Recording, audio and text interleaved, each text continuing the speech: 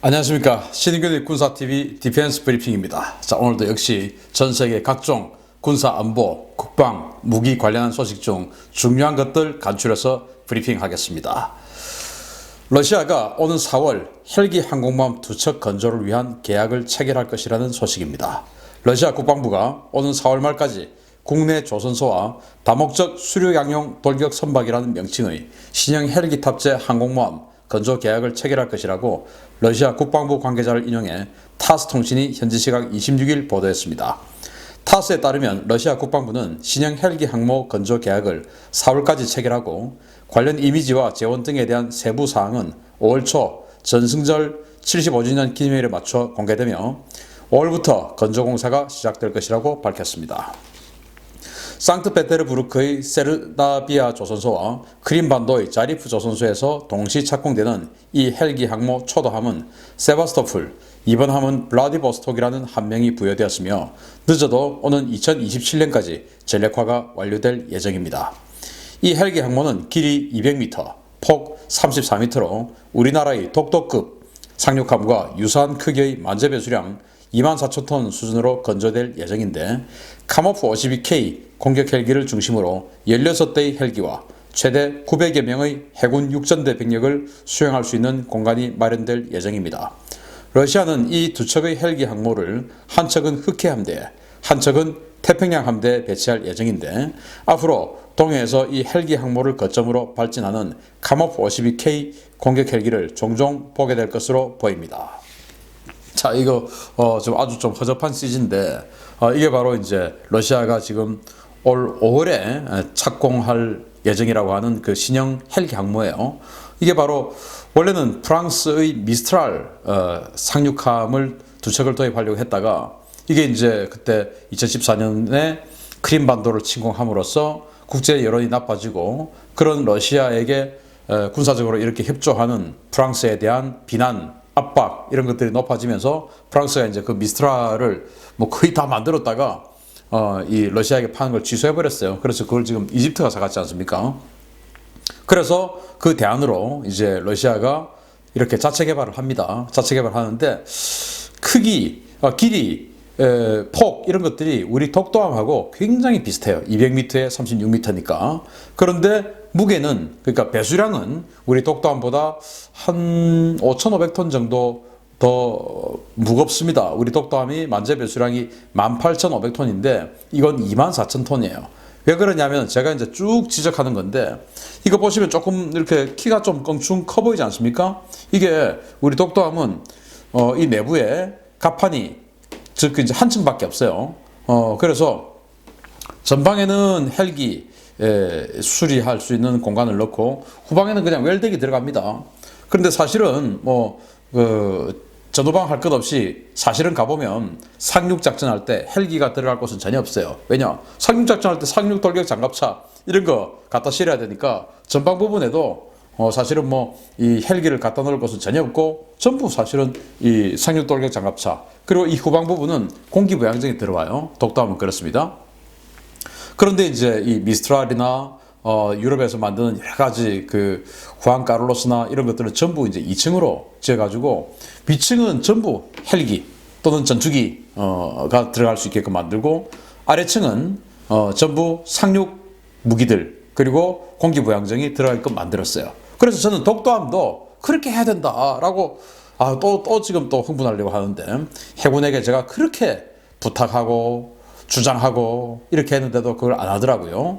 이렇게 하면 사업이 못 갑니다. 이제 이거예요. 참 사업 가는 게 뭐 그래 중요한지 제대로 된 무기를 가져야죠. 참네. 그래서 이게 이렇게 이 러시아는 역시 두 개 층으로 나누어서 위는 지금 이제 카모프 52K 공격 헬기 그리고 이제 그런 헬기들 16대 그리고 아래층은 이제 해군 육전대라고 하니까 우리로 치면 해병대죠. 그 해병대 병력과 장비를 태울 수 있는 그런 것들 이렇게 하는데 이렇게 덩치를 한 층을 높이다 보니까 해병대 상륙 부대도 우리보다 독도함보다 더 많이 싣습니다. 독도함은 700명의 해병대원을 실을 수가 있는데 여기는 900명 그리고 독도함은 최대 6대의 헬기를 실을 수 있는데 그것은 그렇게 되면 이제 상륙 돌격 장갑차 이런 것들은 희생해야죠. 그러니까 독담은 사실은 안 되는 거예요. 그냥 갑판 위에만 그냥 싣고 다니는 겁니다. 완전히 뻥이에요, 뻥.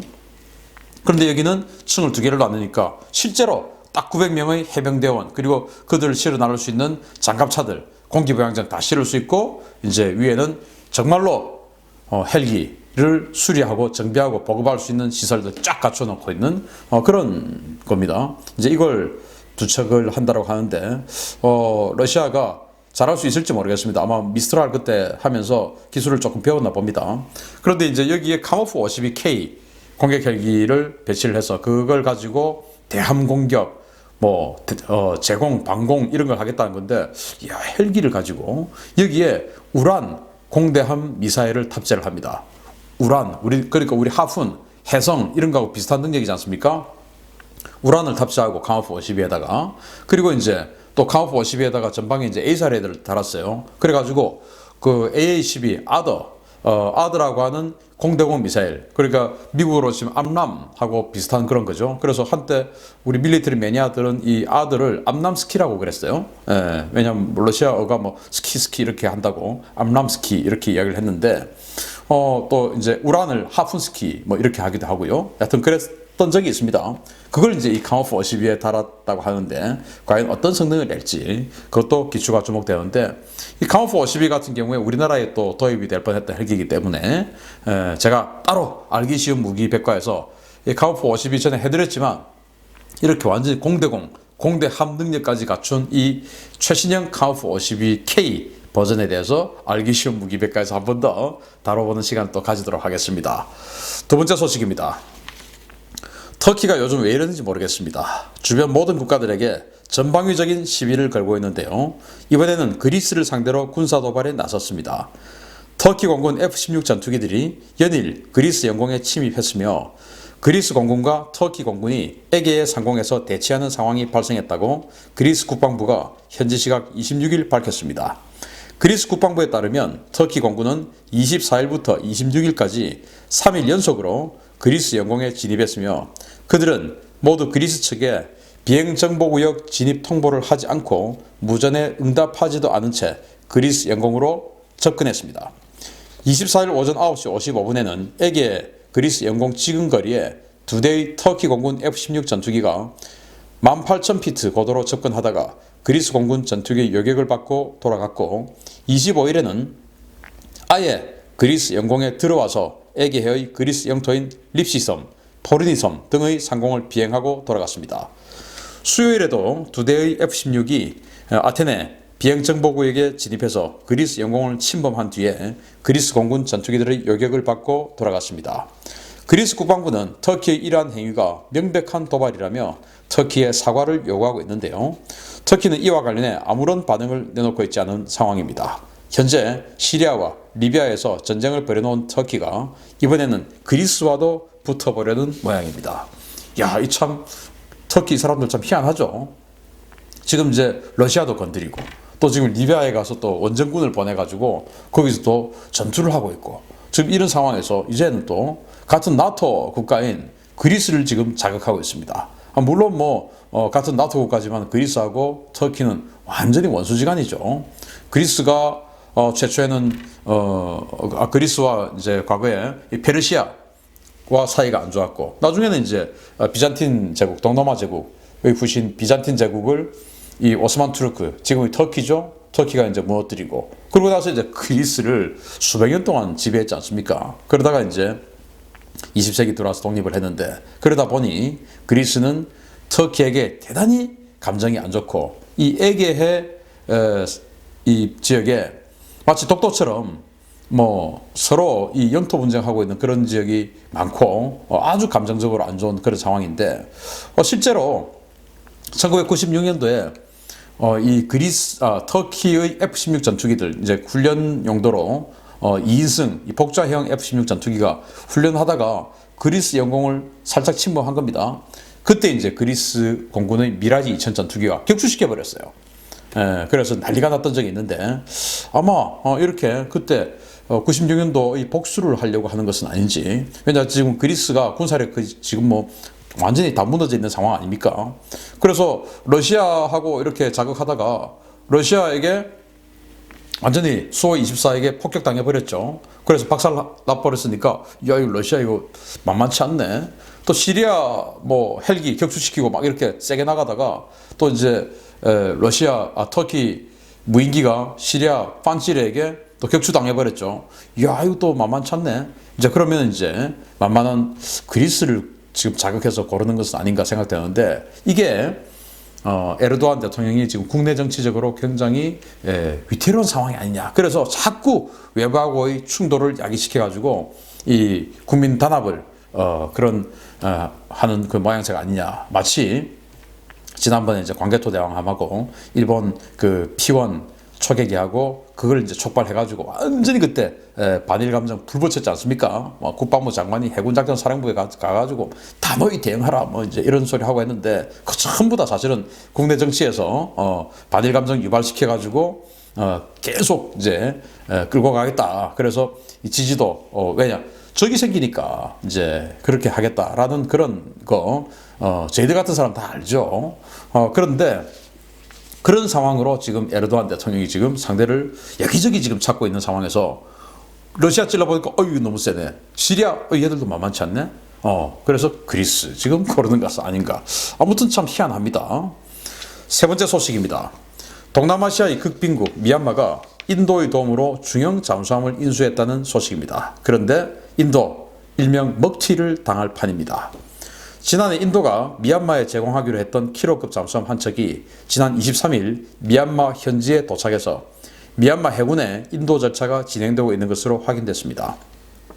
현재 오신트 정보 소식통은 현지 시각 23일 오후 3시 45분 미얀마 양곤항에 도착한 킬로급 잠수함을 확인했으며, 이 잠수함은 지난해 연말 인도에서 미얀마 해군에게 인도식을 가졌던 과거 인도 해군 소속 신두비함이라고 밝혔습니다. 총 24척이 건조되어 인도 해군에 10척이 도입되었던 프로젝트 877EKM 킬로급 잠수함은 킬로급 중에 초기형으로 최대 자망 심도는 300m, 수중 최대 속도는 17노트에 달하는 중형 잠수함입니다.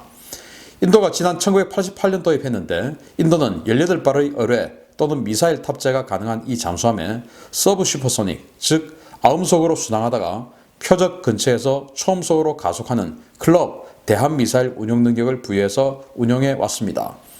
인도가 친중국가로 분류되는 미얀마에 킬로급 잠수함을 제공한 것은 중국에 대한 견제 성격이 강한데요. 인도는 지난해 여름 미얀마가 한창 탈중국 노선을 취할 때 잠수함 제공을 약속하고 관련 사업을 진행해 왔습니다. 그런데 지난 연말에 로힝야족 문제를 놓고 미얀마가 국제사회와 대립하며 다시 중국 편에 붙는 모양새를 취하면서 입장이 곤란해졌는데요. 인도가 미얀마에게 중국 견제하라고 준 잠수함이 다시 인도 해군에게 위협이 될지도 모르는 그런 상황이 될 판입니다. 참 국제사회 참 희한하죠. 어제 오늘의 친구 아무것도 없고 오직 국익입니다. 그 국익은 뭐냐? 정치인이 판단할 때의 자기의 이익입니다. 그러니까 국익도 아니고 정치인의 이익이에요. 사실은 그렇습니다. 그 정치인의 이익 때문에 전쟁도 나고 다 나는 것이고, 거기에 이제 여론몰이를 잘하면 국민들도 이제 덩달아서 그렇게 여론을 형성해 나가는 거고, 사실은 그런 겁니다. 모든 전쟁, 충돌, 뭐든지 정치인의 이익, 이해관계 때문에 발생하는 거거든요. 자, 이제 작년 여름에 중국이 1대1로 한참 추진을 할 때 여기에서 이제 미얀마에서 완전히 반대 여론이 일어났어요. 왜냐? 지금 1대1로 해보니까 이거 중국이 완전히 이거 우리 피 쭉쭉 빨아가는 거더라. 그래서 이 항만, 항구, 공항, 철도 이런 거 개발하면 실제로는 중국 자본이 다 들어와서 완전히 돈 다 빨아가면서 우리는 남는 것도 없고, 그리고 거기에서 얻은 수익 자기들이 다 가져가면 앞으로 이 축선상에 2,600만 명이 굶어 죽게 될 것이다 라는 그런 주장을 했었어요, 미얀마가. 그래서 완전히 이 반중 감정이 확 극대화됐을 때, 그때 이제 인도가 이야, 반중 감정이 저렇게 일어나네 해가지고 인도하고 미얀마는 또 이 벵골만을 사이에 두고 마주보고 있는 나라 아닙니까? 그래서 이제 미얀마에게 접근해서 이 중국 해군들이 이 벵골만 인도양의 북쪽 벵골만에 진출을 하니까 좀 대신 막아주면 좋겠네라는 차원에서 킬로급 잠수함, 퇴역하는 킬로급 잠수함을 주겠다고 약속하고 그게 이제 신두비함이라는 배였는데 그걸 이제 이렇게 준 겁니다. 근데 이게 제법 강해요. 초음속 대함미사일 암속으로 가다가 목표 50km 전방에서 초음속으로 가속하는 이 클럽 잠대함 미사일까지 장착한 그런 버전이거든요. 이걸 이제 주기로 약속했는데 작년 연말, 그게 작년 여름이었고, 근데 작년 연말에 또 상황이 바뀌어 버린 겁니다. 미얀마는 아시다시피 아주 다민족, 다부족 국가 아닙니까? 그런데 이제 로힝야족이라고 분리 독립을 추진하는 그런 부족이 있어요. 그걸 이제 억누른 상황에서 이 아웅산 수치가 국제사회에 굉장히 큰 이제 비난을 받았고 핀치에 몰렸어요. 이때 중국이 아웅산 수치 편을 든 겁니다. 그러니까 미얀마 편을 든 게 아니고 미얀마의 특정 정치 세력의 편을 든 겁니다. 집권 세력의. 그러니까 이제 아웅산 수치 입장에서는 유엔 안보리 상임이사국인 중국이 자기 편을 들어주니까 이 정권의 유지 차원에서 안전이 일정 부분 보장이 되니까 갑자기 또 친중 노선으로 갈아타버린 겁니다. 그런데 불과 몇 달 전에 반중 노선이어서 인도가 잠수함 주겠다고 했는데 니들 지금 친중하니까 나 안 주겠다 이게 아니잖아요. 그래서 그대로 지금 이 킬로급 잠수함을 넘겨줬는데 정말 이 최초의 인도는 이 킬로급 잠수함이 중국의 군함들을 견제해주는 목적으로 이렇게 제공을 했을 텐데 자기 발등을 자기가 찍는 것은 아니냐라는 그런 우려가 지금 나오고 있습니다. 참 국제정치 희한하죠. 아무튼 그렇습니다. 오늘 순서 마치겠습니다. 감사합니다.